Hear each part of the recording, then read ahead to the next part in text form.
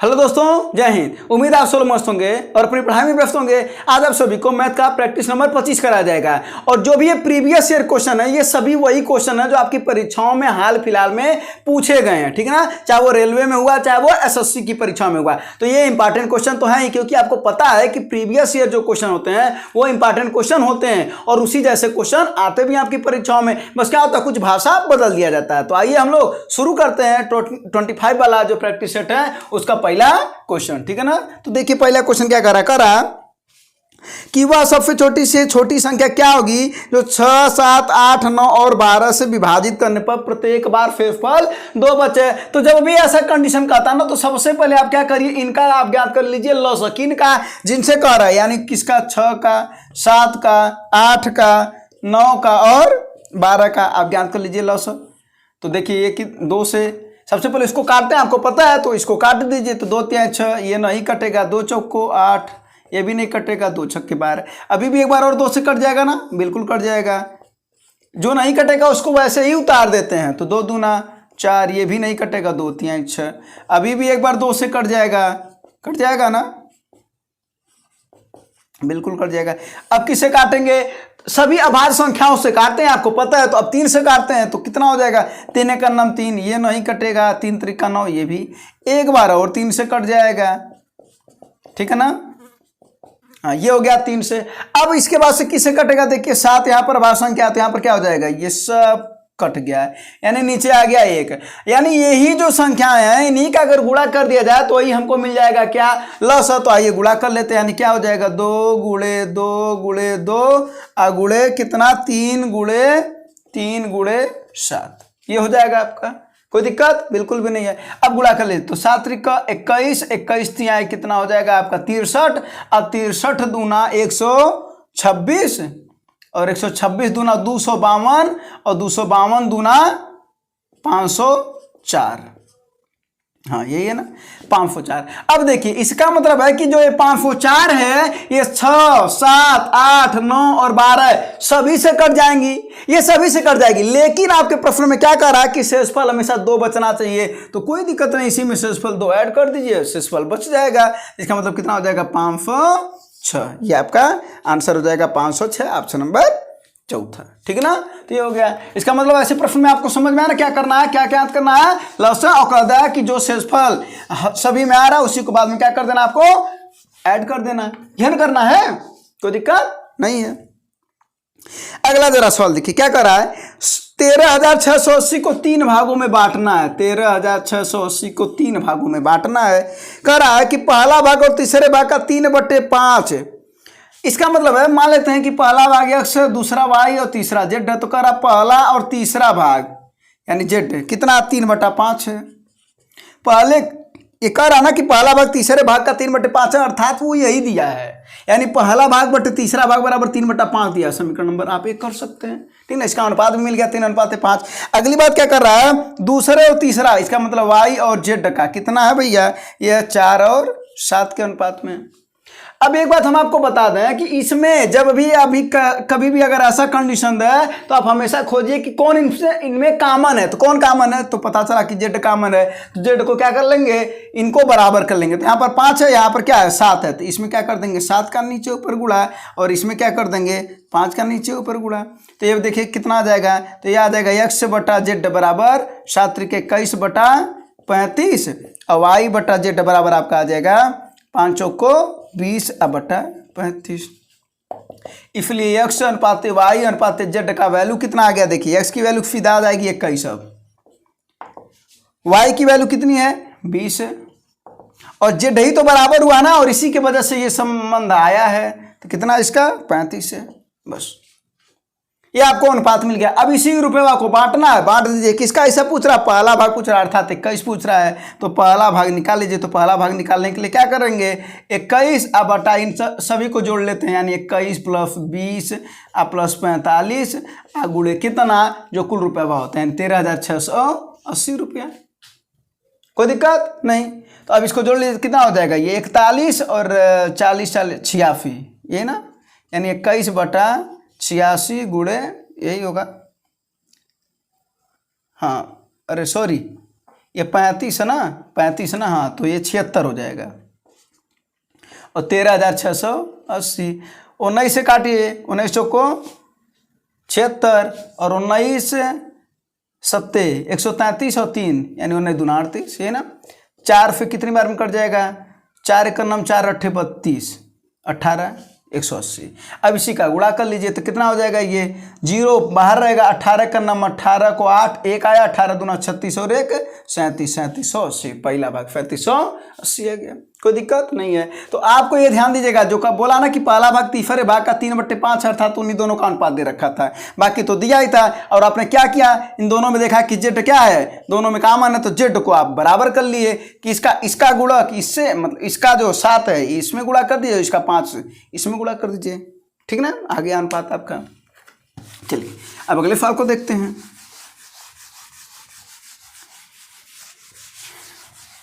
अगला सवाल क्या है। हाँ, अगला सवाल देखिए क्या कर रहा है। देखिए सवाल बहुत बड़ा दिख रहा है ना, इसको तुरंत लगाया जाएगा, तुरंत में लगाया जाएगा। देखिए कैसे लगाया जाएगा। सवाल देखने में खूब बड़ा अच्छा खासा दिख रहा है। कह रहा है एक स्पोर्ट एक्सेसरीज की दुकान में तुरंत पंजीकरण है तो 200 रुपया के साथ दौड़ प्रतियोगिता शुरू करना। मतलब जब दौड़ में आप भाग लेंगे तो आपको 200 रुपया देना पड़ेगा, ये हिसाब से आप कह रहा है, कोई दिक्कत नहीं है।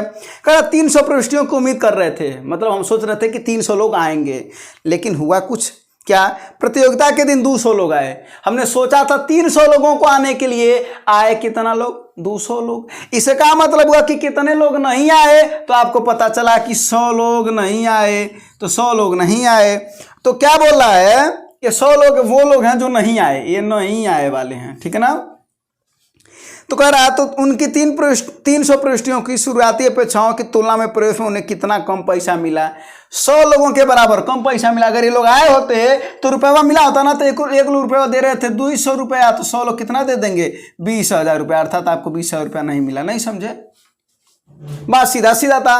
300 प्रविष्टि बेचे, 300 लोग आने की उम्मीद थी, 200 लोग आए और एक लोग 200 रुपया दे रहे हैं, तो कितना हो गया, 20,000 रुपया हमको नहीं मिला। अगर आए होते तो 20,000 मिला होता, अगर सभी के सभी आए होते तो कितना मिला होता हमको, 60,000 रुपया।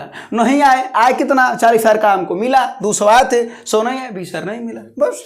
देखिए सवाल इतना बड़ा है ना, नाम बड़े दर्शन बहुत छोटे।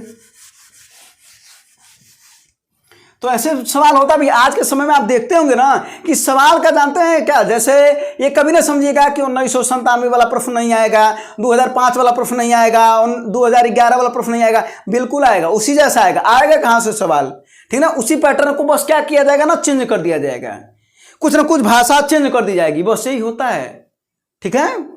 चलिए अगले सवाल पर आया जाए। कर शंकु की ऊंचाई इतना सेंटीमीटर है और इसके आधार की त्रिज्या भी कुछ दे रखा, पिघला करके इसे कुछ बनाया जा रहा, गोला बनाया जा रहा। तो आपको बता दें कि पिघलाने वाले पर 2 सवाल बनते हैं बेसिकली, एक संख्या ज्ञात करने के लिए और एक त्रिज्या या ऊंचाई या जो उसमें कुछ जो मापक होते हैं उन्हीं को ज्ञात करने के लिए, इन सभी का मान ज्ञात करने के लिए। तो आपको बता दें जब संख्या ज्ञात किया जाता है ना तो बड़ा बटा छोटा करते हैं। अर्थात मान लेते हैं कि गोला से आपको बनाना है शंकु, गोला से बनाना है शंकु, तो गोले का आयतन, अच्छा सबसे बड़ी बात ये भी बता रहे हैं कि हमेशा आयतन को पिघलाया जाता है। किसको पिघलाया जाता है भैया, आयतन को, वक्रपृष्ठ को नहीं, समपृष्ठ को नहीं, आयतन पिघलता है, ठीक है। तो गोला को अगर शंकु बनाना तो गोला बटे शंकु का आयतन कर देंगे, बाकी सब कुछ दिया रहेगा जो उसमें रहेगा, ठीक है ना। लेकिन जब पिघलाने पर एक और क्वेश्चन बनता है, चाहे त्रिज्या पूछता है या ऊंचाई पूछता है, तो उस दशा में उन लोगों के आयतन क्या होते हैं, आयतन फर्स्ट बराबर आयतन सेकंड बराबर होते हैं। तो आइए अब इसमें कर लिया जाए। तो देखिए शंकु को पिघला करके गोला बनाया जा रहा, अर्थात शंकु का आयतन बराबर गोले का आयतन। बोलिए कोई दिक्कत हो तो आप कहेंगे नहीं साहब बिल्कुल नहीं दिक्कत है। तो शंकु का आयतन होता है 1/3 पाई आर स्क्वायर एच और गोले का आयतन होता है 4/3 पाई आर क्यूब। बोलिए कोई दिक्कत नहीं। अब यहाँ पर बस ये R1 कर लीजिए या R2 कर लीजिए ताकि क्लियर रहे कि है R2 वाला गोले की त्रिज्या है या R1 शंकु की त्रिज्या है, ऊंचाई शंकु का है ही। तो देखिए अब ये देखिए 3 से 3 कट जाएगा, पाई से पाई कट जाएगा, R1 स्क्वायर ई आर का है शंकु का ना, तो शंकुआ का त्रिज्या कितना दिया है 8, तो देखिए 8 × 8 हो जाएगा। ऊंचाइया कितना दे रखा है 32, कोई झंझट नहीं है। तो 4 × R2 की, यह तो ज्ञात करना है। तो 4 अट्ठे 32, ये देखिए 1 2 3 ठो 8 है और R2 का क्यूब है, यानी कितना आ जाएगा, R2 की वैल्यू आ गई 8 सेंटीमीटर। यही पूछ रहा था। तो क्या कर रहा है, उस गोले की त्रिज्या बताओ, 8 सेंटीमीटर है, कोई दिक्कत नहीं है। तो ऐसे सवाल में आपको एक चीज हमेशा जान लीजिएगा, आपको फार्मूला पता होना चाहिए। अगर आपको फार्मूला पता है तो आप सवाल लगा लेंगे। तो इसका मतलब मेंसुरेशन में आप एक बात नोट करके लिखिएगा कि आपको फार्मूला पता होना चाहिए, ठीक ना, चाहे वो 2D फिगर का हुआ चाहे वो 3D फिगर का हुआ, आपको फार्मूला पता होना चाहिए। चलिए, अगर फार्मूला पता तो इस सवाल को लगा सकते हैं आप, और फार्मूला नहीं पता तो बताइए यहाँ पर कैसे रखेंगे। तो आपको क्या करना चाहिए, फार्मूले को एक जगह पर बना लेना चाहिए, ठीक है, और उसको क्या कर लेना चाहिए, याद कर लेना चाहिए, या जहाँ आप पढ़ते हैं वहीं पर लगा लेना चाहिए। बस कभी न कभी देखते रहेंगे, धीरे धीरे धीरे धीरे करके वो चीज़ें आ जाएगा, ठीक है ना। आज तुरंत नहीं आएगा तो कल आ जाएगा, कि नहीं आएगा, ऐसा हो सकता है कि नहीं आएगा, मेहनत करेंगे तो नहीं आएगा, सवाल नहीं उठता, सवाल ही नहीं उठता हो, ठीक है ना।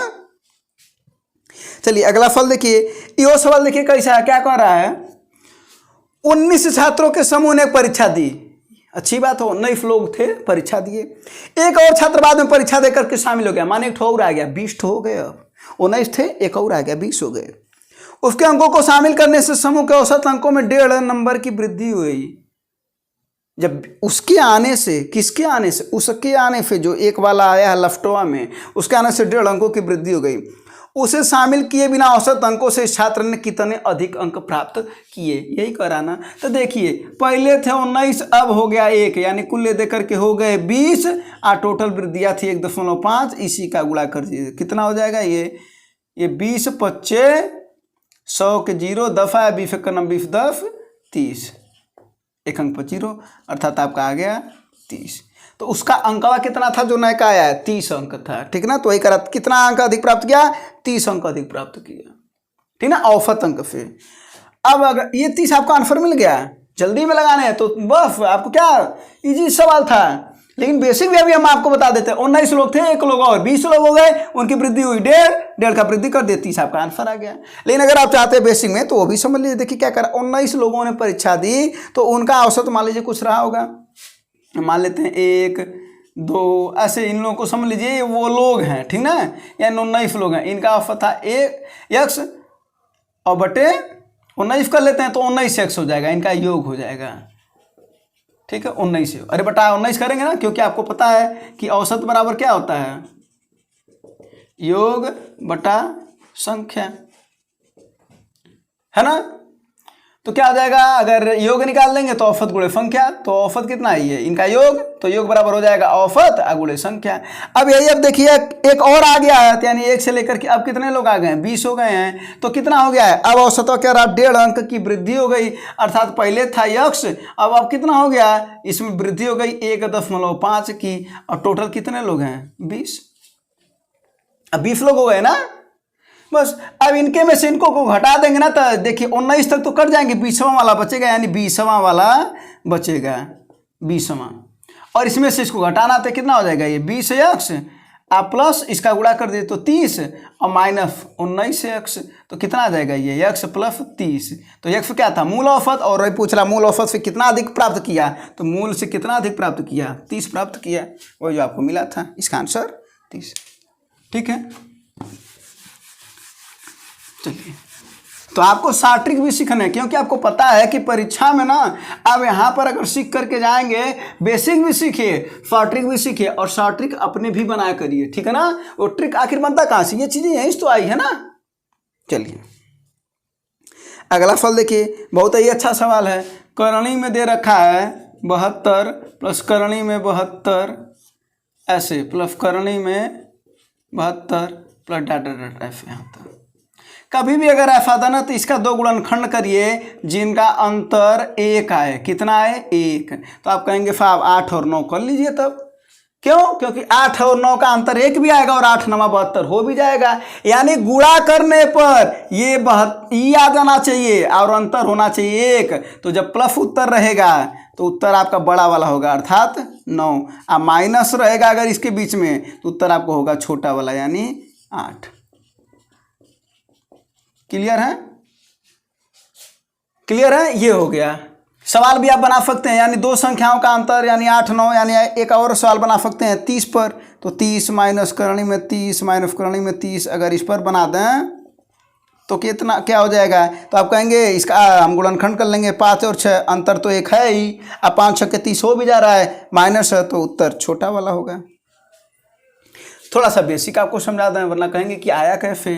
तो अगर देखें कि हम x को मान लें, इसको पूरे को मान लेते हैं x, कोई दिक्कत? तो आप कहेंगे नहीं, क्योंकि आपको देखिए समझना भी है। अगर आप समझे रहेंगे ना तो ये सब आपको याद रहेगा, नहीं समझे रहेंगे तो आज याद रहेगा तो कल भूल जाएगा। जो अच्छे लोग हैं उनको तो याद रहता, जो मतलब अच्छे लोग का मतलब है जो ज़्यादा मेहनत कर चुके हैं उनके सामने क्वेश्चन आ गया, लेकिन जिनके लिए नया होगा वो, चलिए तो उसको समझा देते हैं। तो x, अगर पूरा का पूरा x है तो देखा जाए, अगर हम आपसे पूछा तो ये क्या है, तो आप कहेंगे यो x है, क्योंकि ये पता नहीं कितनी बार है, नहीं समझे। अरे पूरा अगर x है तो एक ठो निकाल भी दिए तो वो तो एक्शन है, तो आप कहेंगे जी बिल्कुल, तो हो जाएगा करणी में 72 आ प्लस x हो जाएगा। दोनों पक्षों का वर्ग कर दीजिए तो x स्क्वायर प्लस 72 आ प्लस x, इसी को इधर कर दीजिए तो x square minus x minus 72 बराबर 0। सब इधर आ जाएंगे तो माइनस हो जाएंगे। अब 72 का गुणनखंड कर लेंगे, तो 72 का गुणनखंड करेंगे तो क्या आ जाएगा? 8 और 9, और हमको चाहिए -1, इसका मतलब बड़ा वाला माइनस रहेगा, तो x स्क्वायर माइनस 9x आ प्लस 8x माइनस 72 बराबर 0। तो कितना हो जाएगा? x कामन x माइनस 9, ये क्या कामन हो जाएगा भैया? 8 कामन x माइनस 9 बराबर 0। तो x माइनस 9 कामन है दोनों जगह से, देखिए तो क्या बचा है? x बचा आ प्लस 8 बचा। अब दोनों को अलग अलग 0 कर देंगे तो x माइनस 9 बराबर 0 और एक आया x प्लस 8 बराबर 0। तो x बराबर कितना आ गया जी? 9, और यहाँ पर x बराबर -8, इस वैल्यू को नहीं लेंगे, x बराबर 9। आपका यही ना बोले थे, यही आंसर होगा इस प्रश्न का, ठीक है ना। ये हो गया बेसिक आपका, लेकिन आपको ये समझना है, अगर आप समझ लेंगे ना तो इसका आंसर आप तुरंत कर लेंगे, ठीक है। चलिए अब अगले क्वेश्चन को देखा जाए। अगला भी क्वेश्चन कुछ इसी टाइप का है, अच्छा सवाल है, वो भी पूछा जाता है, इसको भी देख करके आप आंसर मार देंगे। जरा देखिए क्या कर रहा है, करणी में 2, करणी में 2, करणी में 2, ऐसे कितनी बार है? ऐसे ये अनंत बार है। इसका जो उत्तर होगा ना साहब वो होगा 2। कितना होगा इसका उत्तर? 2। लेकिन कैसे? इसका आंसर 2 है, क्लियर है, यानी कह दीजिए इसका मतलब यहाँ पर 7 रहता, 7 रहता, 7 रहता तो उत्तर 7 हो जाता। हाँ बिल्कुल हो जाता। अगर यहाँ पर रहता 8 8 8 तो उत्तर 8 हो जाता। हाँ हाँ 8 हो जाता है। तो आइए देखते हैं कैसे। तो x का मान लेते हैं करणी में 2, करणी में 2, करणी में 2, ऐसे अनंत तक। तो अगर हम एक तो हटा भी दें तो कौन फर्क पड़ा रहा, वो तो एक्शन है, तो आप कहेंगे बिल्कुल है, तो करणी में 2x हो जाएगा। अगर ये भी x है तो उसको हम x मान सकते हैं ना, यहाँ से उतनी दूरी तक, तो x मान लिए, तो करणी में 2 था ही है, वो x हो गया। दोनों पक्षों का स्क्वायर कर दीजिए तो x स्क्वायर बराबर हो गया 2x, x से x कट जाएगा तो x बराबर 2। समझे कि नहीं? ये हो गया बेसिक मेथड। लेकिन आपको ऐसे कभी भी अगर दे सवाल तो आप तुरंत इसको 2 मार करके तुरंत इनकी कहानी खत्म कर दीजिएगा, तुरंत आ जाएगा, आपको कोई भी टाइम नहीं लगाने वाला है, ठीक है ना। ये सब सवाल और ये सब सवाल पूछे गए क्वेश्चन, ठीक ना। ये रेलवे ग्रुप डी में क्वेश्चन पूछा गया था 2018 में, ठीक है। और रेलवे ग्रुप डी की भी परीक्षा नजदीक है आपकी, ठीक है ना, वो जल्दी ही आ रहा है ना। कहा जाता है ना धड़कनें बढ़ रही है, वो करीब आ रहा है। कौन? एग्जाम। चलिए अगला सवाल देखिए। ऐसे सवाल को ना आप लोग एकदम देख करके आंसर किया करिए, ठीक है ना। तो कैसे करेंगे?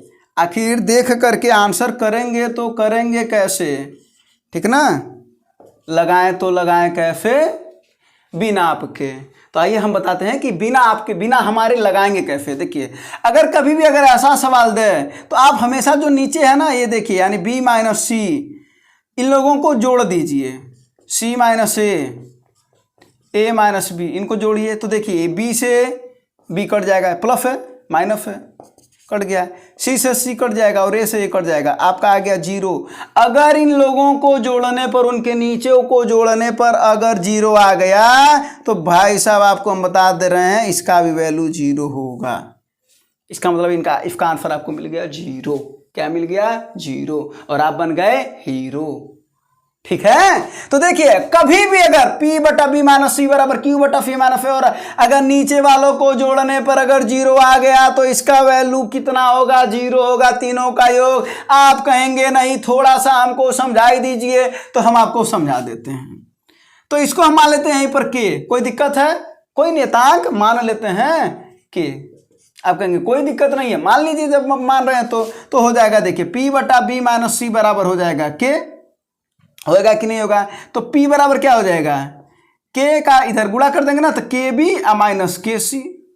बोलिए होगा कि नहीं? आप कहेंगे बिल्कुल होगा। वैसे ही अगला वाला देखिए निकाल लीजिए, तो Q, तो Q बटा C माइनस A बराबर K। तो आप कहेंगे यहां पर Q बराबर हो जाएगा CK माइनस, चलो KC कर देते हैं, K को पहले लिख रहे हैं ना, KC माइनस KA। अगर वही हम कर दें R बटा A माइनस B बराबर K, तो आप कहेंगे R बराबर हो जाएगा साहब KA माइनस KB। आप कहेंगे कि नहीं कहेंगे? भाई गुणा कर दिए। अब पूछ रहा P धन Q धन R, तो जोड़ दीजिए P धन Q धन R। देखिए KB minus KC plus KC minus KA plus KA minus KB। अब देखिए KB यहां पर प्लस में है, कहीं देखिए माइनस में है, हाँ बिल्कुल है, कट गया, कहानी खत्म इनकी। KC देखिए यहां पर बिल्कुल है, K भी बिल्कुल है, तो कितना आया? आप कहेंगे 0 आया। यहां पर डबल 0 है ना, नहीं सिंगल 0, इसका आंसर 0। अरे समझ में आया कि नहीं आया? ना समझ में, तो इसका आंसर हो गया 0। तो आपको याद रखना है कि इन लोगों को जोड़ने पर अगर 0 आया तो ऊपर वाले को भी जोड़ने पर 0 आएगा। ये आपका नोट भी है, आपको समझा भी दिए बेसिक से, ठीक है। चलिए, तो कहा जाता ना बस कुछ देर की खामोशी है, बस कुछ देर की खामोशी है, फिर शोर आएगा। लोगों का वक्त आया था, आपका तो दौर आएगा। ठीक है, कब आएगा दौर? जब मेहनत करेंगे, जब रगड़ेंगे। क्योंकि आपको पता है कि अगर आप मेहनत नहीं कर रहे हैं, अगर आप आराम कर रहे हैं, तो जो आपका कंपटीटर है वो आराम नहीं कर रहा है, वो मेहनत कर रहा है, वो लगा पड़ा है। अगर आप आराम कर रहे हैं एग्जाम के टाइम में, अगर आप 10 मिनट आराम कर रहे हैं तो आपसे 20 लोग 50 लोग आगे हो रहे हैं, कंपटीशन बढ़ रहा है। ठीक है, तो आपको मेहनत करना पड़ेगा, बढ़ाना पड़ेगा अपनी मेहनत। अगले क्वेश्चन पर आते हैं, जरा सुनिएगा। ये सब क्वेश्चन है कैसे, बहुत इजी तरीके लगाएंगे। कैसे? बहुत ही इजी तरीके से, ठीक है। देखने के लिए यहां आइए, क्या कर रहा है? P और Q एक व्यवसाय 5:13 के अनुपात में निवेश किया, व्यवसाय में निवेश किया। करने दीजिए भैया, क्या दिक्कत है?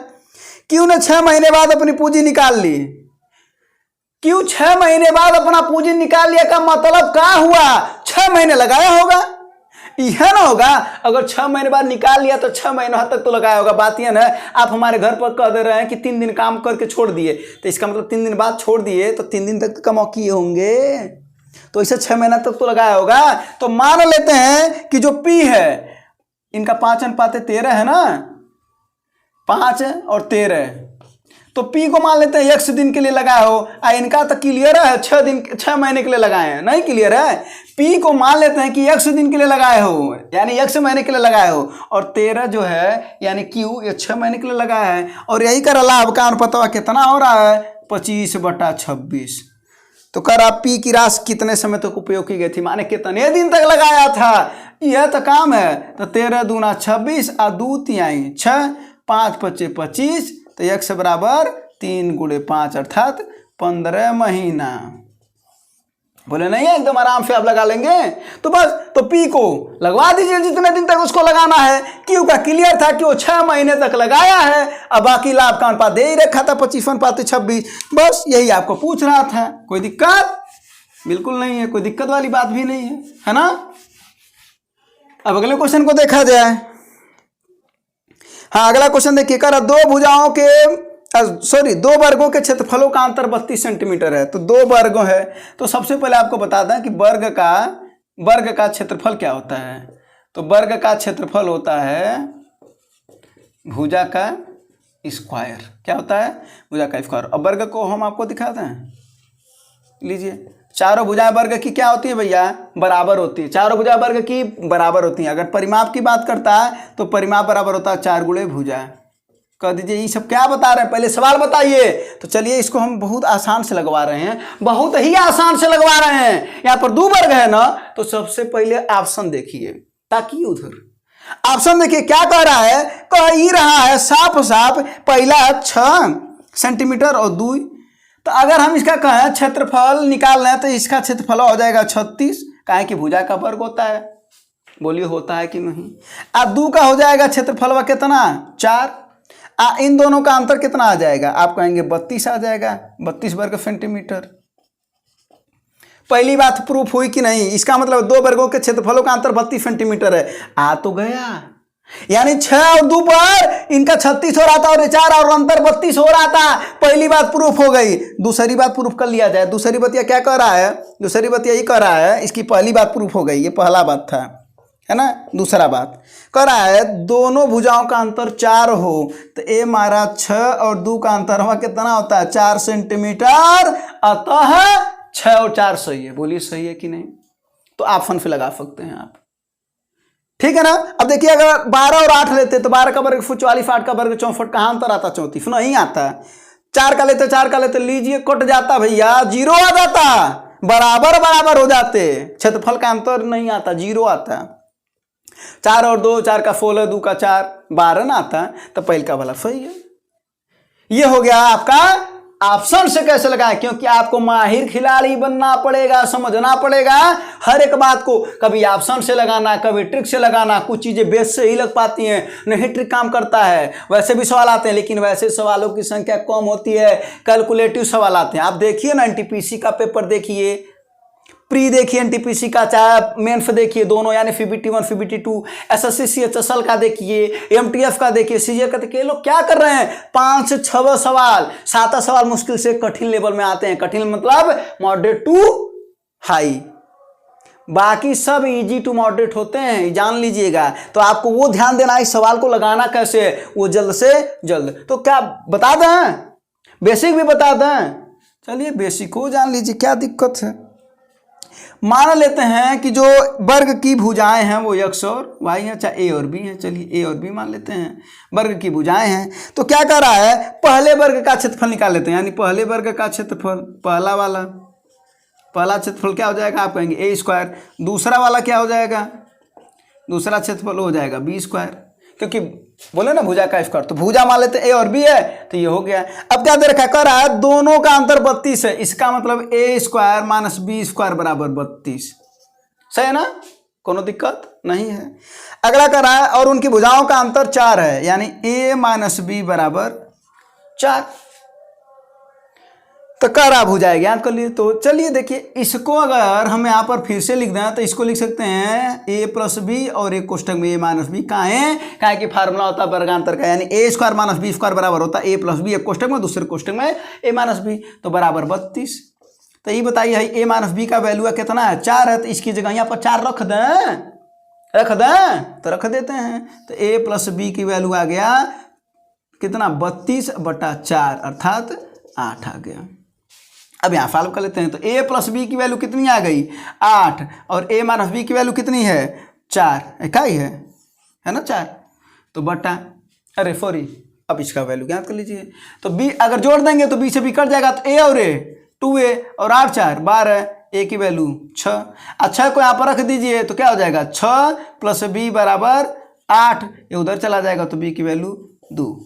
आया कि नहीं आया, एन 6 और 2 आया ना, तो बस ऑप्शन पे भी लगा सकते थे आप। तो ऐसे सवाल में बस एक ही चीज तो आपको जानना था, वर्ग का क्षेत्रफल, बस। तो इसी वजह से हम क्या बोले हैं कि मेंसुरेशन एक 2D फिगर होता है, वर्ग, आयत, त्रिभुज, चतुर्भुज, समानांतर चतुर्भुज, समलंब चतुर्भुज, ये सब क्या है, सब 2D फिगर हैं। शंकु, बेलन, गोला, ये सब क्या हैं, छिन्नक, ये सब है 3D फिगर। तो इन सभी के क्या याद होने चाहिए आपको, फार्मूला। क्या करेंगे फार्मूला याद करने के लिए, लिखेंगे। कहाँ लिखेंगे, रफ वर्क करेंगे। उसके बाद से क्या करेंगे, घर पर चिपका लेंगे। कहाँ, जहाँ पढ़ते हैं। क्या करने के लिए, बार बार देखने के लिए। इससे याद हो जाएगा, हो जाएगा, करके देखिएगा, हो जाएगा, ठीक है। चलिए अगले क्वेश्चन को देखा जाए। ये वाला क्वेश्चन ना एक ट्रिक से पहले बता देते हैं, फिर उसके बाद फिर हम आपको बताते हैं बेस आया कहाँ से। देखिए कह रहा है एक्स और वाई की वर्तमान, ये सवाल बहुत आता है, ठीक ना। वर्तमान आयु दे रखा है, वर्तमान कितना है 5 और 4। कह रहा 3 वर्ष बाद हो जा रहा है कितना 11 और 9। तो इन लोगों का तिरछी तिरछा गुणा कर दीजिए और जो आएगा ना उनका अंतर ले लीजिए, यानी 9 × 5 = 45 और 11 × 4 = 44। तो 45 और 44 का अंतर कितना आया 1 आया, उसको नीचे रखिए। कितने वर्ष बाद कह रहा है ये बताइए जरा। तो आपको कहेंगे कि 3 वर्ष बाद, 3 गुणे किसका आयु पूछ रहा है वाई, तो वाई का यही वाला ना 4 यानी 3 चौके बस, तो 3 चौको 12। अब हम आपको बता दे रहे हैं, देखिए या तो उत्तर 12 होगा, या तो 24 होगा, या तो 36 होगा, या तो 48 होगा, यानी जो भी होगा 12 के गुणक के रूप में होगा। उत्तर क्या दिख रहा है आपको 24।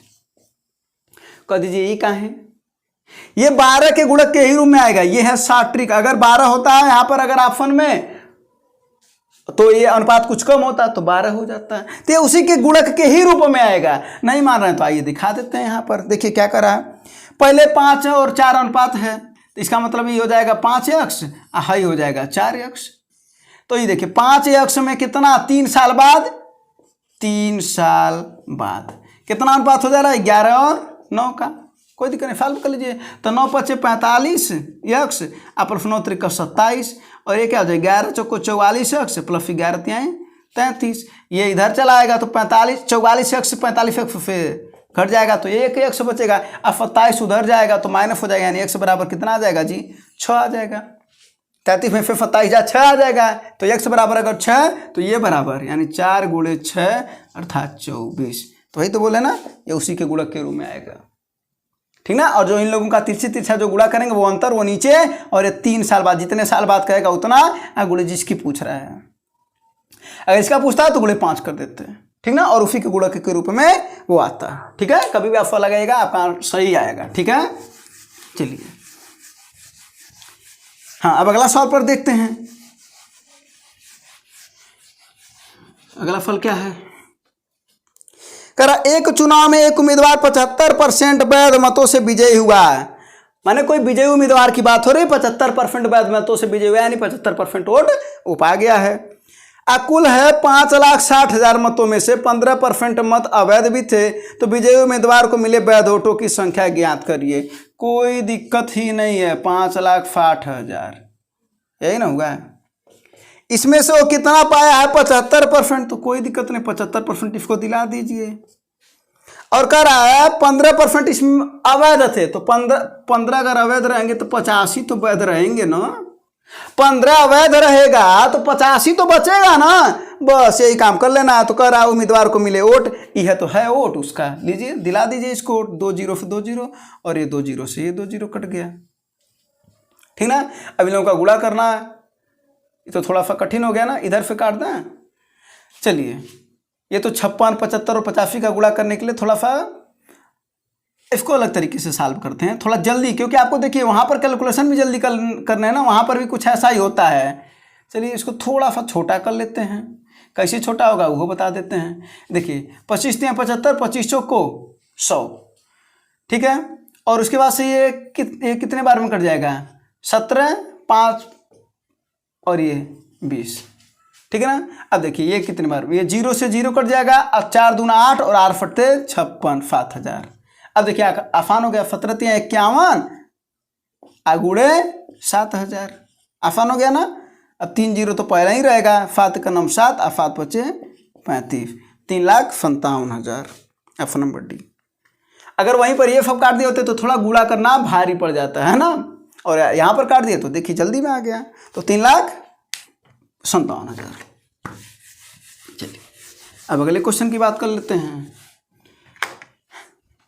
और सब ये क्वेश्चन है आपके, ये अब जो देखिए जो ये अगला क्वेश्चन है आरआरबी जेई 2019 का क्वेश्चन है, जो जेई का पेपर हुआ है ना उसी का क्वेश्चन है ये। देखिए क्वेश्चन क्या करा पी क्यू की तुलना में 50% अधिक समय लेता है, यानी पी है यहाँ पर और क्यू है। तो कह रहा पी क्यू की तुलना में 50% अधिक समय लेता है, तो क्यू की तुलना में ना, इसका मतलब क्यू अगर 100 ले रहा है तो ई ले रहा है 150, ये समय की बात है। तो इसका अनुपात ज्ञात कर लीजिए, तो कितना हो जाएगा 3:2, ये समय का अनुपात है। ई देखिए, हमको इसको काम कराना ना, तो हमको चाहिए क्षमता। तो आपको पता है कि क्षमता बराबर क्या होता है, तो आप कहेंगे काम बटा समय होता है। तो क्षमता और समय क्या होते हैं, एक दूसरे के अपोजिट होते हैं, उल्टा होते हैं। तो अनुपात क्या हो जाएगा क्षमता का, 3:2 हो जाएगा, ये क्षमता का अनुपात। बस अब कुछ नहीं करना है, कुछ भी नहीं करना है। अब आपको क्या किए, कभी भी अगर ऐसा सवाल आया परसेंटेज वाला, तो आप सीधा सीधा इनका अनुपात ज्ञात कर लेंगे। और जिसका दिया, जैसे यहाँ पर समय का अनुपात दिया, तो समय का अनुपात और क्षमता कर लिए। और जब का दोनों लोग मिल करके काम कर रहे हैं, इसका मतलब है कि उनकी क्षमता है, तो 3×2 5, यानी 5 क्षमता है इनकी, और ये 18 दिन लग रहे हैं इनको। 5 क्षमता है दोनों लोगों की, 18 दिन लग रहे हैं। किसका पूछ रहा है, क्यू का पूछ रहा है। तो क्या करेंगे, 3 गुणे दिन, यानी कितने दिन में करेगा। अब तो 3 इसकी क्षमता है, कितने दिन में करेगा, तो 3 छक्के 18, 6 पच्चे 30 दिन में करेगा क्यू।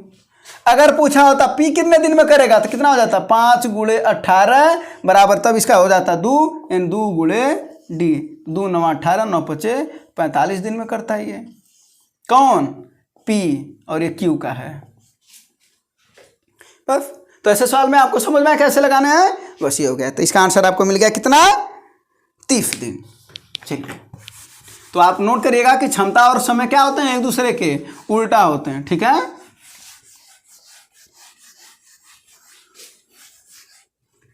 अगला क्वेश्चन देखिए जाए।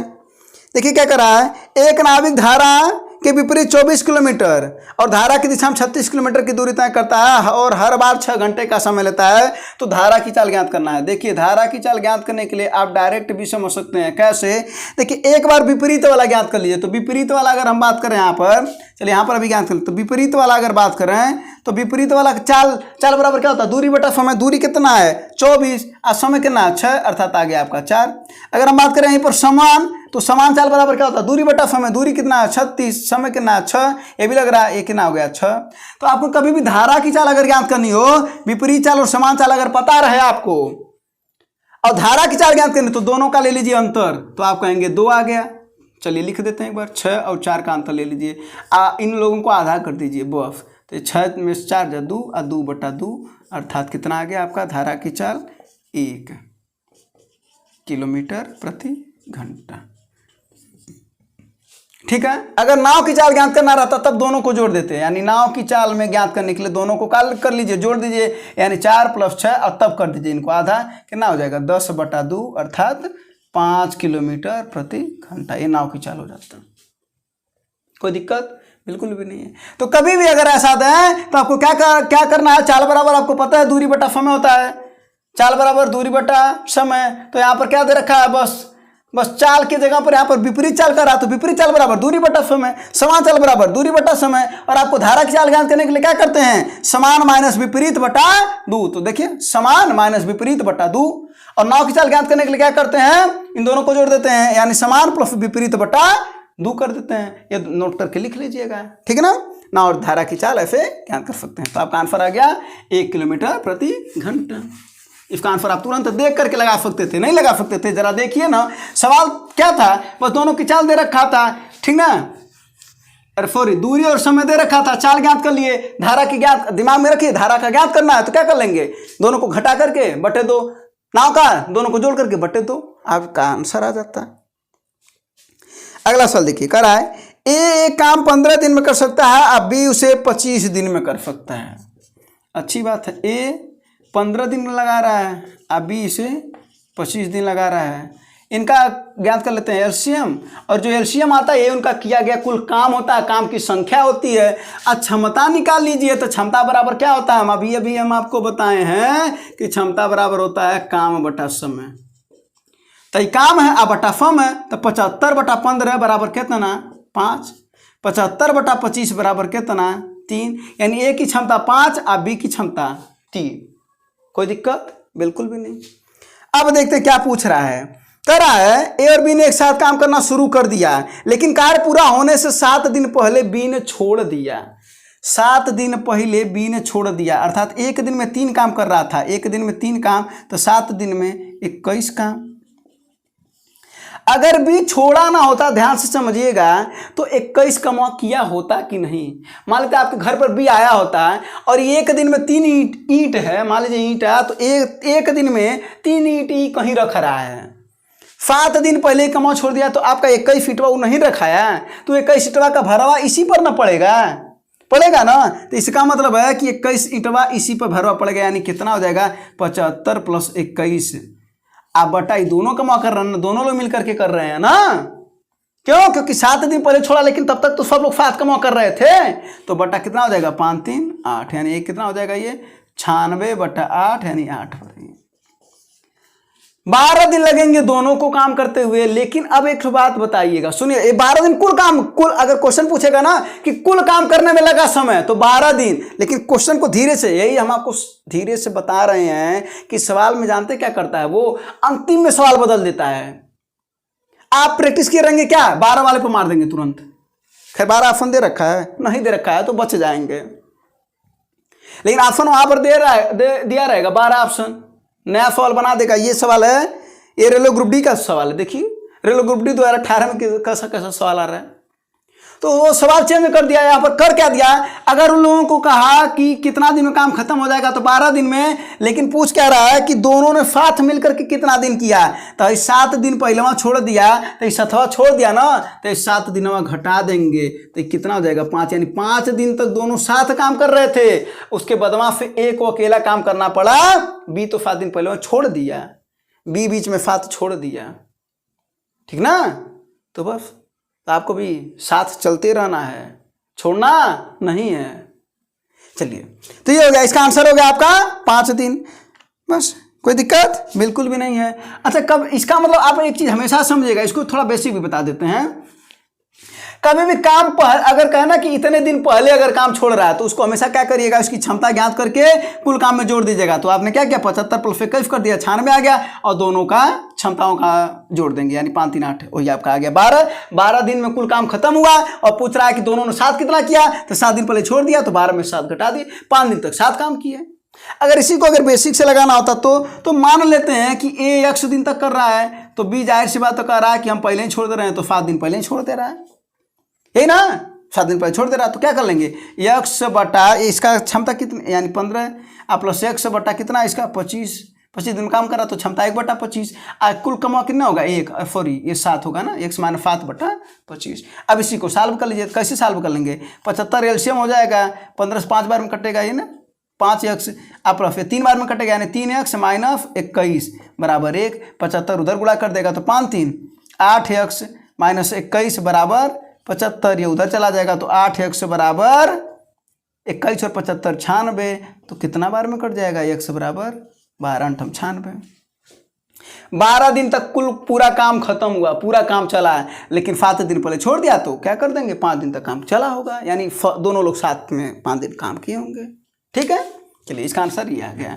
तो पहले वाला फाल को आप ऐसे लगा सकते हैं, ठीक है ना। 3 लोग रहते तो 3 लोग का लगा देते हैं। और ये जो शॉर्ट ट्रिक है, इसको क्या करते हैं, जो भी काम कहेगा कि अगर इतना दिन पहले छोड़ दिया, तो अब पहले वाले काम को उनकी क्षमता में गुणा करके जितने दिन कहेगा उतने में उनकी दिन का और क्षमता का गुणा करके कुल कमाओ में जोड़ दीजिएगा। आप बटे कुल की क्षमताओं को जोड़ करके भाग दे दीजिएगा, आपका आंसर आ जाएगा। ठीक है, चलिए अगला सवाल देखिए, कह रहा है एक महिला 45 किलोमीटर प्रति घंटा की गति से ड्राइविंग करके 5 मिनट पहले कार्यालय पर पहुंचती है, और 27 किलोमीटर की देर अगर प्रति घंटा की चाल से अगर जा रही है, तो 7 मिनट की देरी लगता है। जाहिर सी बात है, चाल अगर ज़्यादा रहेगा तो पहले पहुंच जाएगी, चाल कम हुआ समय ज़्यादा लग गया महिला को अपने कार्यालय पर जाने में। तो कह रहा है तो उससे दूरी बताइए। तो कभी भी बता रहे हैं, दूरी ज्ञात करने का खतरनाक, शानदार, जानदार, जबरदस्त तरीका। कैसे, उनका गुणा कर दीजिए, उन गधों का गुणा कर दीजिए, किनका, चालों का, और उसके बाद फिर उनका ले लीजिए अंतर, और अंतर रहेगा नीचे। क्या बोले, दोनों चालों का गुणा कर दीजिए। ऐसे सवाल में, ये सवाल बहुत आता है, तो ऐसे सवाल में दोनों की चालों का गुणा कर दीजिए और ले लीजिए इनका अंतर। तो इनका अंतर कितना आ जाएगा, इनका अंतर आ जाएगा 18 ना जाएगा, 8 7 15 और 8 7 15 5 2 1 3 1 4। हाँ, और इसके बाद से क्या कर लेंगे, जितना समय, देखिए एक बार क्या हो रहा है, 5 मिनट पहले और 7 मिनट देर, तो समय का अंतर कितना हुआ, 5 प्लस 7 अर्थात 12, क्योंकि एक लेट है और एक पहले है, ठीक है ना। तो हो गया 12, यानी 12 अब मिनट है ना तो बटाफाट करना पड़ेगा। घंटा रहता तो कोनो झंझटा नहीं रहता, तो केवल घंटा लिख देते हैं, मिनट है तो बटाफाट कर देंगे, घंटा में आ गया बस। इसी को कर दिए 9 दूना 18, 9 दूना 18 और 9 त्रिक 27, 12 पचे 60 और 5 9 45, तो कितना आ गया 9 त्रिक 27/2 अर्थात 13.5 किलोमीटर। बस आपका ये आंसर है। कोई दिक्कत बिल्कुल भी नहीं है। अगर इसी को आप थोड़ा सा बेस से समझना चाहते हैं तो माना की दूरी x है, माना की दूरी x है और समय का अंतर कितना दे रखा है 12, तो एक बात बताइए 12 दे रखा है तो 12/8 कर देते हैं, हमेशा ऐसे करिएगा। समय का अंतर कितना दे रखा है 12, तो अंतर दे रखा ना, तो ये बताइए अंतरण करेंगे तो समय बराबर क्या होता है, तो आप कहेंगे दूरी बटा चाल होता है। समय बराबर दूरी बटा चाल, तो हमको यहाँ पर क्या चाहिए दूरी अब बटा चाल चाहिए, तो दूरी x अब बटा चाल चाहिए हमको। तो चाल कितना है पहला, तो पहला है कितना 45 है और अगला कितना है वो है 27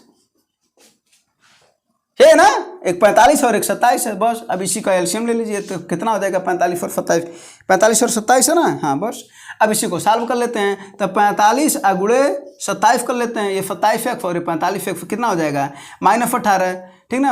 अच्छा देखिए यहाँ पर अंतर ना ये वाला पहले होगा ये बाद में होगा, क्योंकि अंतर बाद में ही ना समय वो लेटर ले रहा है, तो यहाँ पर कर दीजिएगा 45, यहाँ पर थोड़ा सा मिस्टेक है और यहाँ पर हो जाएगा कितना 27, तो कितना हो जाएगा 27 से 27 कट जाएगा तो ऊपर हो जाएगा 45x, -45 से 45 कट जाएगा तो ऊपर हो जाएगा 27x बराबर 12 पच्चीस 60 यानी 1/5।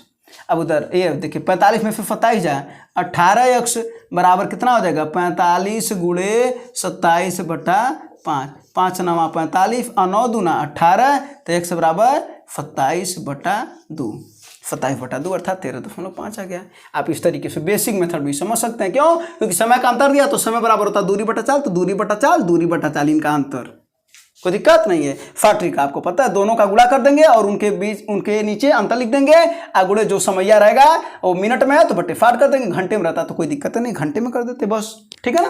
ये आपको आंसर मिल गया और इस बार बहुत बार आता है, इसको आप देख करके अब लगाइएगा, ठीक ना। अब जब आपके सामने आएगा तो इसको क्या करेंगे देख करके लगाएंगे ना, लगाइएगा। पता अगर आपको पहले से पता था तो बहुत अच्छी बात है, नहीं पता था तो पता हो गया। अगला क्वेश्चन देखिए क्या करा, एक टैंक में 2 छिद्र है, पहला छिद्र टैंक को 3 मिनट में खाली करता है, दूसरा छिद्र टैंक को 5 मिनट में खाली करता है, दोनों खाली कर रहे हैं। यदि रिसाव एक निश्चित दर से हो तो दोनों छिद्रों द्वारा टैंक को कितनी देर में खाली हो जाएगा। लीजिए कोई दिक्कत नहीं, सब खाली कर रहे हैं, 3 मिनट ये 5 मिनट, इनका हो जाएगा एलसीएम यानी 15 मिनट यही काम होता है। ये कितना हो जाएगा, इसकी क्षमता 5 और इसकी क्षमता हो जाएगी 3, मान लेते हैं टैंक ए है और ये बी है, इससे ये खाली कर रहा था तो इसकी क्षमता 5 आ गई और इसकी क्षमता 3 आ गई। अब आपको क्या करना है, वो कर रहा है तो दोनों कितने देर में खाली करेंगे, तो कुल काम 15 का और दोनों को खाली करा दीजिए, तो बस यही करेंगे। कितना हो जाएगा 8 का 8 7 15, 1 सही 7/8, सही भी में दे रखा है तो 1 सही 7/8 आपका लास्ट वाला ऑप्शन। रेलवे एनटीपीसी 2016 में पूछा गया क्वेश्चन है, कोई दिक्कत बिल्कुल भी नहीं है। आप चाहे होते तो इसको इस तरीके से भी लगा सकते हैं, उल्टा करके इसको जोड़ दीजिए यानी 1/3 धन 1/5, आप इसको ऐसे भी लगा सकते हैं, तो कितना हो जाएगा 5 3 15 और ये 5 प्लस 3 अर्थात 8/15 और ये 8/15 क्या हो जाएगा, ये हो जाएगा 15/8 और इसी को लिख सकते हैं 1 सही 7/8, ठीक है ना। तो ये आपका पूछ रहा था तो कितने देर में खाली हो जाएगा, 1 सही 7/8 टाइम में ये खाली हो जाएगा, ठीक है। चलिए अब इसके अगला क्वेश्चन करते हैं। हाँ देखिए अगला क्वेश्चन क्या कर रहा है, हाँ क्या कर रहा है कि एक छात्र के अंक में 25% की वृद्धि की गई तो उसके टेस्ट में उसका स्कोर 75 हो गया, यानी पहले 100 था अब 25 वृद्धि कर दिया गया तो हो गया वो कितना 75। तो कह रहा है तो उसका वास्तविक स्कोर क्या था, तो वास्तविक स्कोर तो 100 रहा होगा ना, ये वास्तविक स्कोर है। तो बस करना क्या है, यानी 125 बराबर 75, तो 100 बराबर तिरछी तिरछा गुणा कर दीजिए तो क्या हो जाएगा 100 गुणे 75 अब बटा 125, क्योंकि 25 बढ़ गया तभी ना 75 हुआ, तो मूल पूछ रहा है यानी 100 बराबर कितना, बस ये कर दीजिए तो ना 25 25 125, 25 चौक को 100 और ये 5 15 बार में कट जाएगा, 15 चौक को 60, यानी वास्तविक की स्कोर कितना था जी 60 था। ठीक ना, ये सब तो एकदम देख करके सॉल्व करने वाले क्वेश्चन है ना, सब देख करके सॉल्व करने वाले क्वेश्चन है, और इस बात से एकदम इनकार नहीं किया जा सकता है कि ऐसे क्वेश्चन नहीं आते हैं। क्या आप कहेंगे कि ऐसे क्वेश्चन नहीं आते हैं? ठीक ना, आते हैं। हाँ, अगला क्वेश्चन देखिए कर रहा है कि दिए गए विवरण का उपयोग करके वास्तविक लाभ प्रतिशत बताइए, यानी लाभ प्रतिशत बताना है। ठीक है ना, तो क्या कर रहा है, कर रहा बिना किसी छूट के 20% लाभ होता है और हालांकि 5% छूट की पेशकश की गई है। कुछ नहीं है, आपको बता दें प्रभावी परसेंटेज ज्ञात करने के लिए अगर 2% दिया हो या तो उसको क्या लिखेंगे, a + b + ab/100 से लगा लेंगे, तो a का यहाँ पर है +20%, क्योंकि लाभ हो रहा है, अभी क्या हो रहा है, छूट दे रहा है यानी -5%, तो बस इसी पर कर लीजिए, तो कितना हो जाएगा, ये 15 और ये माइनस हो जाएगा 5, आप प्लस और माइनस का गुणा क्या हो जाएगा, -20 गुणे 5/100, 20 25 100, अब 15 कितना है ये, सॉरी ये 20 है, तो 20 में से 5 जा 15 -1 अर्थात 14% का क्या आ रहा है, प्लस आ रहा ना, तो अर्थात लाभ होगा। क्या होगा, लाभ होगा, तो आपका उत्तर हो गया 14%। ठीक है ना, चलिए अब अगला प्रश्न पर, तो ये नोट कर लीजिएगा a + b वाला। ठीक है, परीक्षा में आपके पूछे भी जाते हैं प्रभावी परसेंटेज। अगला देखिए क्या कर रहा है, राजू ने P% की वार्षिक चक्रवृद्धि ब्याज दर पर 5,000 रुपये का निवेश किया और 3 साल बाद उसे 1,655 रुपये का ब्याज मिलता है, तो पूछ रहा P का मान बताओ। देखिए यानी दर बताओ, यानी दर ज्ञात करना हो या समय ज्ञात करना हो, तो हम आपको एक तरीका बता दे रहे हैं। सबसे पहला काम क्या करेंगे, ब्याज बटा मूलधन गुणे 100 कर लीजिए, पहला काम करिए। इसका मतलब कितना कर देंगे, 1,655 बटा 5,000 गुणे 100 कर लीजिए, ऐसे कट जाएगा, ये 5 से काटिए, इसको 5 तिहाई 15 और 1 5 तिहाई 15 और 1, यही ना, हाँ 5 तिहाई 15 1 5 तिहाई 15 1। ठीक है, अब ये बट्टे 10 है ना, तो कितना हो जाएगा, 33.1 आ गया। अब देखिए अगर आपको दर ज्ञात करना है तो समय से भाग दीजिएगा, और समय ज्ञात करना है तो दर से भाग दीजिएगा। आपको क्या ज्ञात करना है, दर ज्ञात करना ना, तो समय से भाग दीजिए। समय कितना, 3 साल, 3 से भाग दे दीजिए, कितना हो जाएगा, 3 दशमलव कुछ आएगा। अब देखिए दशमलव इसको कर दें, बता दें, ये दशमलव तो 0 ये 10 हो जाएगा, 3 त्रिका 9। अब एक बात बता दे, ये किसके नजदीक है, तो हम देखेंगे ये 10% के नजदीक है, तो आपका रेट हो जाएगा 10%। अब कहेंगे आप कैसे, अरे भैया चक्रवृद्धि ब्याज लग रहा ना, तो ब्याज जो मिलता है ब्याज पर ब्याज लगने लगता है, तो है 10 है और जाकर के लास्ट में वो जाकर के इतना हो गया है। ठीक है ना, अब हम आपको बता दे रहे हैं, अगर आप नहीं समझ रहे हैं तो बेसिक से बता दे रहे हैं, क्या दिक्कत है भैया।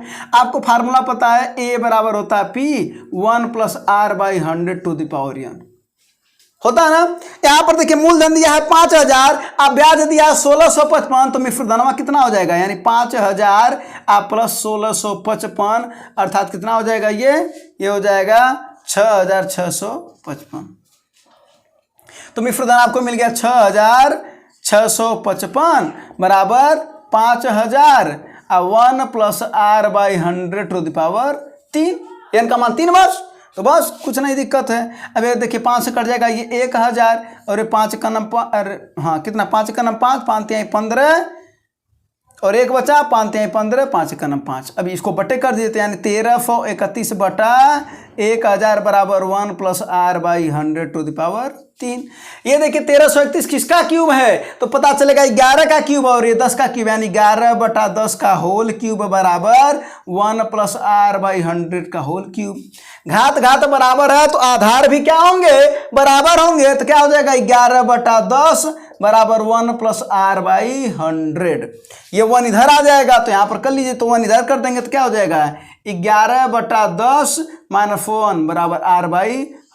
10 का नम 10, 11 में से 10 जाए कितना हो जाएगा 1, यानी 1 बटा 10 बराबर r/100। 10 से 10 काट दीजिए, 100 को तो कितना आ जाएगा, r बराबर 10%। तो रेट आपका 10% आया। अब देखिए अगर आप ऐसे लगाए होते तो आपका काम बन गया होता, तुरंत लगा सकते हैं। बाकी बेसिक मेथड तो आपके पास है ही।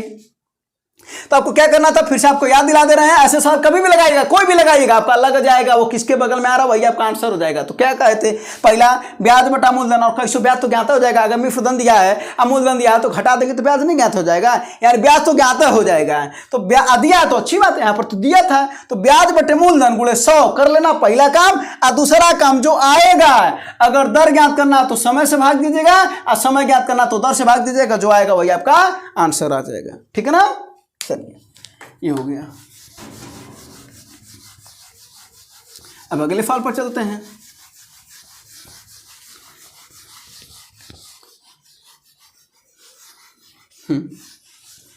अगला सवाल देखते हैं क्या कहता है। अरे ये तो अच्छा सवाल है, लगा लीजिए।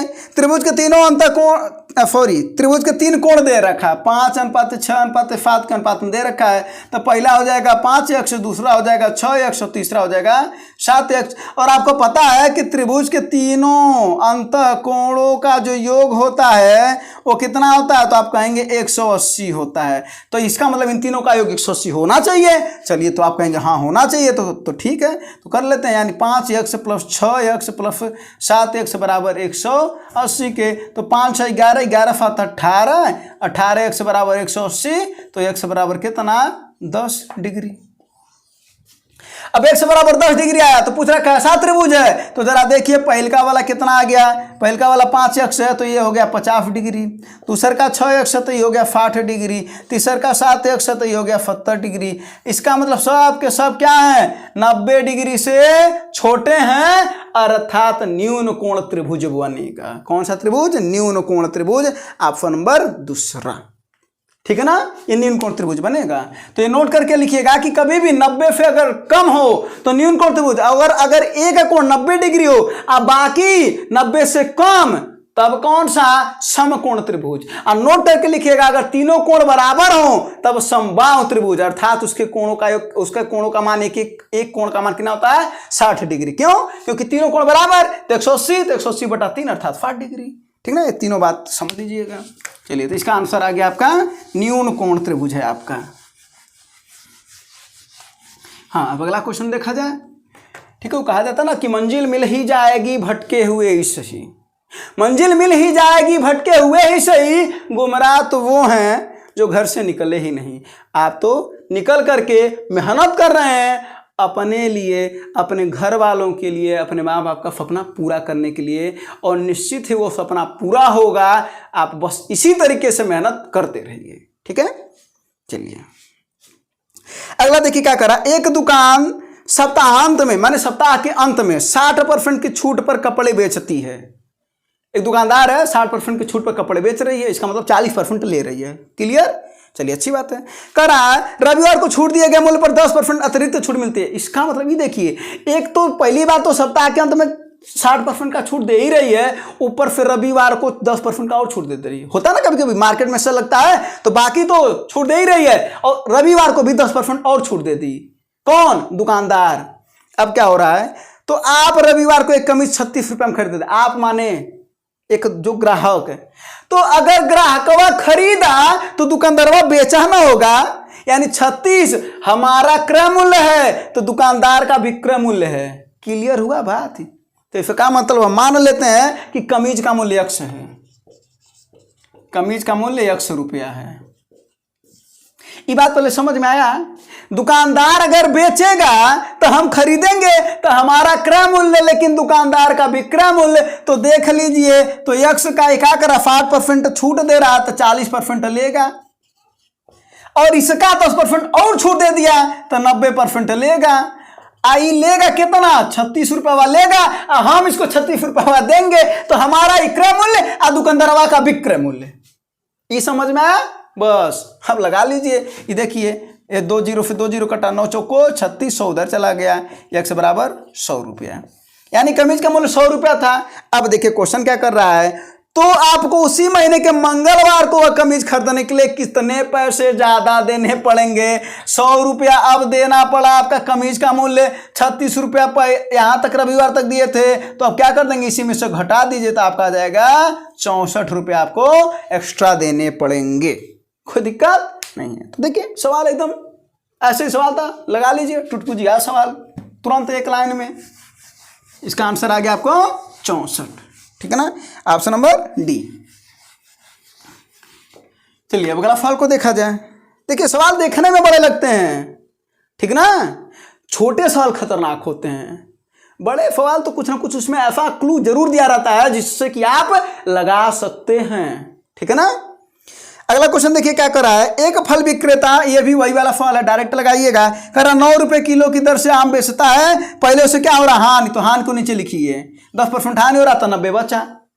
अब उसके बाद से कह रहा है कि उसे उसी चीज पर हमको लाभ चाहिए, यानी जिस पर उसे हानि हुआ है उसी पर अब लाभ चाहिए, तो 5% का लाभ चाहिए, तो 105 हो जाएगा। बस इसी को सॉल्व कर लीजिए। देखिए कितना कितना छोटे में हुआ है ना, कितना छोटे में, बस 9 दाइम 90, तो 10 से भाग देंगे तो 10.5 रुपया, 10.5 रुपया में उसे बेचना पड़ेगा जब उसे 5% का लाभ चाहिए। कोई दिक्कत नहीं। तो ये है आपका प्रश्न, एकदम छोटा सा, ठीक है ना, एकदम बिल्कुल छोटा सा। गजोधर भी रहेंगे ना तो भी लगा लेंगे, है ना। अगला फल देखिए क्या कर रहा है 4% और 6% के लाभ पर किसी वस्तु के बिक्री मूल्य के बीच नगदी का अंतर 3 रुपया है, तो दोनों बिक्री मूल्य का अनुपात ज्ञात करो। ऐसा सवाल कभी भी दे तो देखिए पहला कितना दे रहा है 4% लाभ, पहला 4% लाभ तो हो जाएगा 104, दूसरा दे रहा 6% लाभ, 6% लाभ तो ये हो जाएगा 106, इसी का अनुपात पूछ रहा है। सीधा सीधा इसको लगा दीजिएगा, अंतर का यहाँ पर कोई फर्क और का नहीं पड़ेगा, सीधा सीधा इसको लगा दे, 2 5 10, 2 दूना 4, 2 5 10, 2 3 6, 52:53, यही आपका आंसर है। अंतर का कोई यहाँ पर बात नहीं तो आपको दिखा दे रहा है, थोड़ा सा लगा करके ही दिखा दे रहे हैं। माना क्रय मूल्य हुआ है 100 रुपया, 100 रुपया है, तो देखिए 4% लाभ हो रहा है और 6% लाभ हो रहा है, तो इसका मतलब है कि विक्रय मूल्य निकाल लीजिए, और उन्हीं का अंतर कितना दे रखा, 3 रुपया, यानी 3 रुपया अंतर है किसका, विक्रय मूल्यों का, तो 6% लाभ, इसका मतलब है 100 गुणे 106/100। नहीं हुआ, नहीं समझे, अरे भैया 100 क्रय मूल्य है, 6% लाभ, तो कितना हो जाएगा 106/100, ये क्या हो गया, ये पहला क्या है आपका विक्रय मूल्य, और दूसरा का विक्रय मूल्य कितना हो जाएगा 104/100, इन्हीं का अंतर दे रखा 3 के बराबर, कोई झंझटा नहीं है। ये 100 एलसीएम हो जाएगा, तो ये कितना हो जाएगा 106x minus 103x, sorry 104x बराबर 3, तो ये उधर चला जाएगा, तो 106 में से 4 जा, यानी 2x बराबर 300 रुपया, तो x बराबर 150 रुपया। क्रय मूल्य आ गया 150 रुपया, तो क्रय मूल्य आ गया 150, अब 6% इसका लाभ निकाल लीजिए और उनका अनुपात ज्ञात कर लीजिए, यानी 150 का कितना निकालेंगे, पहले 150 का कितना 104%, 150 क्रय मूल्य ना, तो 104%, अब बटा 150 का कितना 106%, देखिए 100 से 100 कट गया, 150 से 150 कट गया, 2 5 10, 2 दूना 4, 2 5 10, 2 3 6, आया नहीं 52:53। अब क्या इतना कारनामा करेंगे, आपको बेस को समझना है, आया कहाँ से है। देखिए क्रय मूल्य अपने आप कट गया, 100 से 100 कट गया, 104/106, इसी वजह से सीधा सीधा हम यहाँ पर लिख दिए हैं। तो इसको कहाँ से आया है, ये बेसिक से आया है बस। तो आप कभी भी अगर ऐसा सवाल विक्रय मूल्य का अंतर दे रखा हो और लाभ की बात कर रहा हो, तो उसका अनुपात करने के लिए यही तरीका है, ठीक है ना। अगर हानि की बात करता तो घटा देते, तो अनुपात ज्ञात कर लेते, कोई दिक्कत नहीं है, ठीक ना। जैसे इसमें जोड़ा है उसमें घटा देते तो आपका आ जाता, ठीक है। चलिए ये भी सवाल हो गया। तो हमारा काम ये भी है ना कि आपको सवाल को इजी से इजी तरीके से समझाना, बताना, और ये भी बताना कि आप भी उस क्वेश्चन को लगाइए, सोचिए, कुछ ना कुछ ऐसा तरीका आप भी पाएंगे जिससे क्वेश्चन जल्दी लगेंगे, फिर परीक्षा जल्दी निकलेगा आपका। अगला देखिए करा मध्यानुपाती, बहुत सवाल बहुत आता है और आप लोगों में से कई लोग जानते होंगे इसका। तो मध्यानुपाती क्या होता है, करणी में ए बी, अगर ए और बी का मध्यानुपाती पूछा जाए क्या होगा, तो करणी में ए बी, तो किसका पूछ रहा है 2 और 98 का पूछ रहा है, तो क्या हो जाएगा करणी में 2 गुणे 98, तो करणी में इसको लिख सकते हैं 2 गुणे 49, इसको लिख दें 2 गुणे 49, 98 होता है ना, कहाँ ऐसा लिखे हैं, देखिए 2 बाहर निकल जाएगा, 49 से 7 बाहर निकल जाएगा, यानी 7 दूना 14, मध्यानुपाती कितना आ गया 14, नोट करके बात लिख लीजिएगा। मध्यानुपाती क्या होता है करणी में ए बी, इसका आंसर आ गया करणी में 14, ठीक है ना, बस ये नोट करके लिख लीजिएगा। चलिए ये रेलवे ग्रुप डी में खूब क्वेश्चन पूछा जाता मध्यानुपाती वाला, ठीक है। और ऐसा नहीं FFMTS में भी क्वेश्चन पूछा गया है ये, ठीक है। हाँ अगला करा कितने समय में एक धनराशि 25% साधारण ब्याज की दर से स्वयं का 7/6 हो जाएगा। स्वयं का पूछ रहा 7/6 कितने देर में हो जाएगा। देखिए हो जाएगा जहां लगाएगा ना उसका मतलब है कि मिश्र धन। क्या मिश्र धन? तो नीचे वालों को मान लीजिए मूलधन, यानी मूलधन हो गया 6, तो मिश्र धन हो गया क्या? तो कहेंगे आप 7। तो ब्याज कितना हो गया? तो आप कहेंगे 1। समझे कि नहीं? मूलधन नीचे वाला मान लीजिएगा 6, जब हो जाएगा कंडीशन कहेगा तो मिश्र धन 7 तो ब्याज 1। तो आपको फार्मूला पता है कि ब्याज बराबर क्या होता है? मूलधन गुणे दर गुणे समय बटा 100। तो क्या हो जाएगा? ब्याज 1 है, मूलधन में कितना है? 6 है, आ गुणे दर ज्ञात करना है कि दर दिया, हाँ दर तो दिया है, आ गुणे समय बटा 100। 25 चौक को 100, 2 दूना 4, 2 तिहाई 6, इधर आ जाएगा तो क्या हो जाएगा? 2/3 बराबर समय। तो जो 2/3 है क्या है? वर्ष है ना, 2/3 वर्ष है ना, तो क्या कर लेंगे? तो समय ज्ञात करने के लिए 12 का गुणा कर देंगे। 2/3 गुणे 12, 3 चौक को 12, 4 दूना 8 माह, 8 महीना लगेगा इसको। बस 100 मानने की कोई जरूरत नहीं है, वरना आप चाहते तो 100 भी मान सकते थे कि अगर मूलधन 100 है तो मिश्र धन कितना हो जाएगा? तो आप कहेंगे 7/6 100 हो जाएगा। तो हम पूछें ब्याज कितना हो जाएगा, तो कहेंगे कि 7/6 100 में से 100 घटा दीजिए, ब्याज हो जाएगा, ये ना हो जाएगा। तब आप यहाँ पर इसको लिख सकते हैं कि ना 6 क्रम 6 यानी 100/6, ये ब्याज हो गया। तब वही आप चीज़ें यहाँ पर रखते हैं 100/6। अरे भाई ब्याज बराबर फार्मूला लिख रहे हैं, ब्याज बराबर मूलधन गुणे दर गुणे समय बटा 100। 100 से 1 कट गया, 25 चौको 100, 4 इधर आ जाता तो 4/6, वर्ष है ना तो गुणे 12 कर दे रहे हैं बराबर समय। 6 दूना 12, 4 दूना 8 माह। आया कि नहीं? माह में चेंज निकल लिए ना। बस आप ऐसे भी लगा सकते हैं, आप डायरेक्ट भी लगा सकते हैं, तो कोई दिक्कत नहीं है। चलिए अब अगला फल देखते हैं। तो आपको वो तरीका चुनना है यहाँ पर सीखना। अब देखिए प्रैक्टिस के दौरान में सीखना सब कुछ है, लेकिन आपको वहाँ पर वो तरीके पर मेहनत करना है जो कि आप जल्दी से लगा सकें। हाँ रुपया वाला सिक्का वाला बहुत बार सवाल पूछा जाता है। अब आज के बाद फिर आपको ऐसी परेशानी नहीं आने वाली है। 1 रुपया वाला 9 आप लगा पाए। कुल रुपया कितना दे रखा है? कुल रुपया दे रखा है 60। कुल रुपया कितना दे रखा है? 60। तो अब देखिए कि आपको करना क्या है। 5:6:8 के अनुपात में है ये। पहले क्या है? ये रुपया है, ध्यान से बता दे रहा आपको, इसके बाद से आप कभी भी दिक्कत नहीं होगा, ध्यान से सुनिएगा। और ये है 25 पैसा।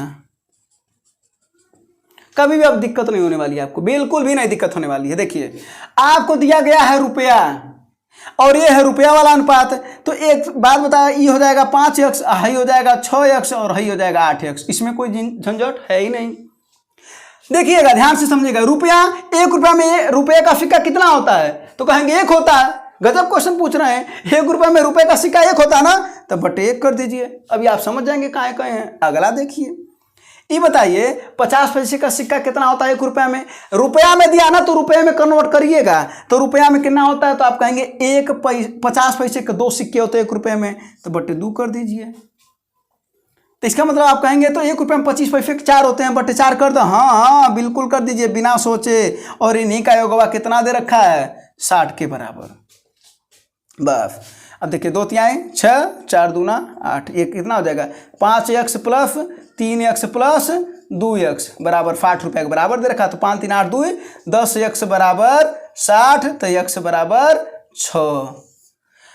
अब किसकी संख्या पूछ रहे? सबकी बता दीजिए। किसका पूछ रहा? 25 पैसे का संख्या पूछ रहा। तो 25 पैसे का 8 है ना, तो 8x, तो 8 छक्के 48। कहाँ है 8x? हाँ ये 8 छक्के 48 सिक्के हो जाएंगे। यहाँ पर सबका बता दें, यानी 25 पैसे वाला कितना? 8x अर्थात 8 गुणे 6 बराबर 48।